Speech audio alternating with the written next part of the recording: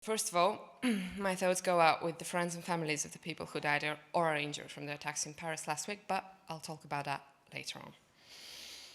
Before that, I would like to mention a few things about myself. I'm 17 years old, sixth former who takes 4 subjects, and as such, I'm a little bit lazier than I should be.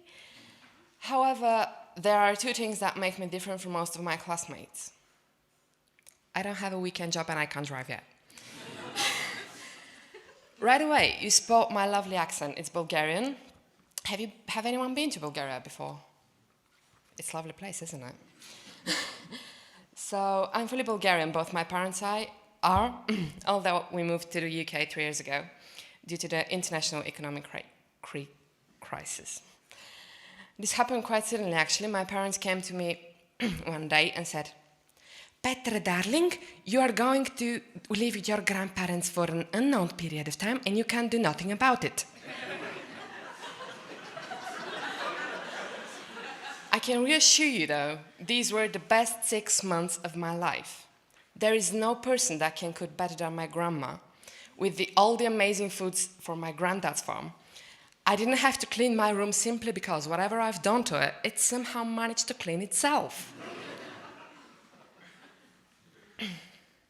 Sorry.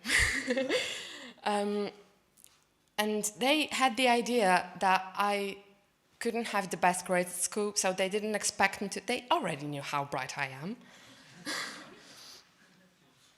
As all things in life, this paradise has come to an end. One beautiful day, my dad came back and announced that we are flying to London in a month, and that once again, I can do nothing about it. As a spoiled teenage girl, I tried all kinds of manipulation I was used to. I cried, I shouted, I didn't even talk to my dad for a couple of days.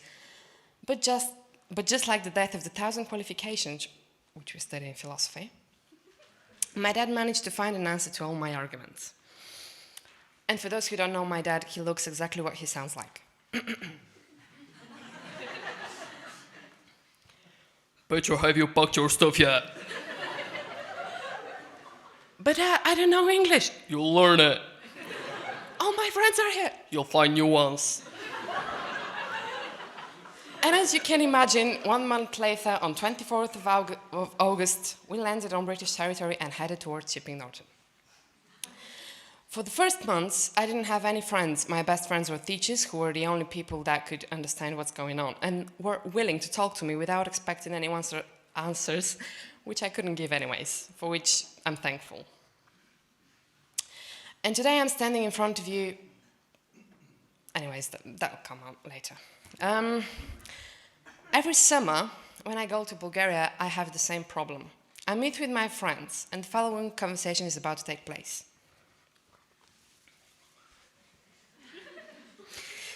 So tell me everything. Tell me everything. Which uni are you going to? Are there any hot British guys? Hashtag Harry Styles.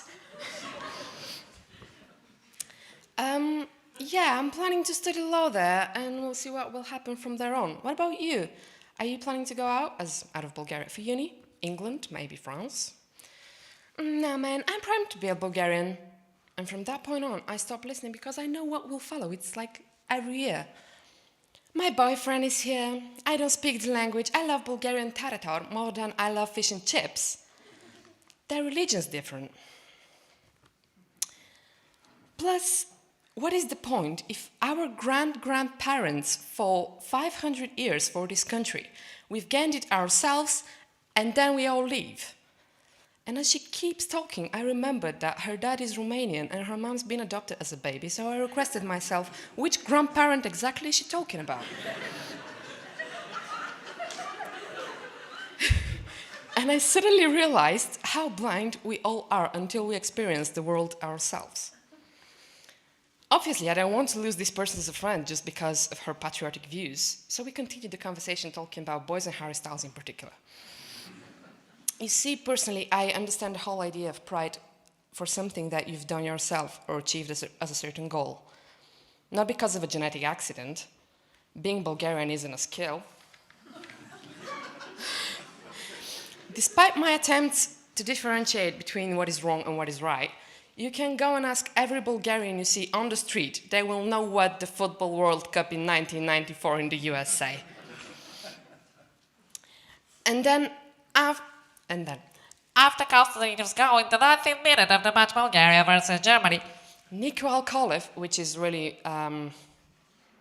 famous Bulgarian commentator, he comes up with the phrase, "God is Bulgarian." Please bear in mind that I wasn't even born then. So, this day people, sorry. But then when my mom talks about it, she says, these days, people from every age would walk around the streets with smiles on their faces and would shout, "God is Bulgarian!" It was magical. We were so good. We were on fourth place, but they still gave us a bronze medal at the end. I was really touched by this story when I was 5, I admit that. But a few years after that, I saw on the TV George Bush saying, at the end of his speech, "God bless you and God bless America." Then I questioned myself, well, what exactly does that mean? I thought God was a Bulgarian. Then I decided to read the Bible, the kids' version, as I mentioned, I'm a bit lazier than I should be, and found that actually pride is the 7th deadly sin. Therefore, it's not just unlogical, but completely wrong to link God with any kind of pride at all. But hey, if you're happy about it, that's fine. Shout out loud on the streets, but that slogan on your car, happiness deserves more place in our lives than pride. Now, my sister lives in Paris, and she's a student there. And regarding the events that happened there, I refuse to give any kind of opinion simply because the only feeling I have is happiness that my sister is okay. Everything else has been said. Although these attacks instantly made me ask myself, who am I to have an opinion on such a huge topic? Sorry. But isn't that the essential part that will make us understand other people? To talk about the differences between us so we can embrace them rather than fight because of them. Affected by this and the fact that I had the opportunity to observe 2 different societies in my life, I understand the unnecessity of national pride in the world. We don't need to fight over anything. There's enough for everyone. You just have to look around to find it. And then again, I hope at least I lightened a little sparkle of interest in you to explore other countries and try to understand other people's feelings about their origins, cultures, and backgrounds. Talk to people about it. Believe me, they will appreciate it a lot. You don't have to be geographer or historian to ask a person, "Hey, tell me more about where you come from," for example. At the end, I want to say that I consider myself as a child of the world. And if one day I would have to move somewhere in a completely different country and start from scratch, from zero, from the bottom, whatever you want to call it, I am ready to do something about it.